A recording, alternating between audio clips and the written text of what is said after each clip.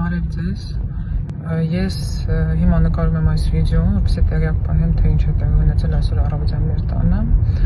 Առավոտյան 7:10-15 մոտավորապես այդ ժամերին մեր մոտ եկել է ոստիկանությունից և քննչականից մոտավորապես 7-8 հոգի մարդ։ Մենք բոլորս քնած էինք, եկել երեխաներն էլ, սկզբից մեր բնակարան խուզարկել են, ոչինչ չեն գտել, արդյունքում հեռախոսն են ավետիքի արգրավել, հետո ավետիքին ձերբակալել էին, եկել էին փաստաթղթերով, այսինքն պատրաստվեց, եկել էին նախօրոք, որպեսզի ձերբակալեին։ Սա ակնհայտորեն քաղաքական հետապնդում է,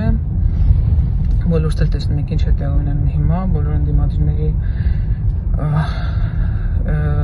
ընդդիմադիր դաշտում, և ես կարծում եմ, որ սա տեղի է ունենում, որպեսզի մոտակա ժամանակ, երբ որ Սահմանադրական դատարանը քննելու է ընտրությունների հետ կապված ընդդիմադիր ուժերի դիմումները, ավետիքին այդ ընթացքում իզոլացնեն։ Այսօր հիմա այլ տեղեկություն չունենք, սպասում ենք մեղադրանքի մասին մանրամասների։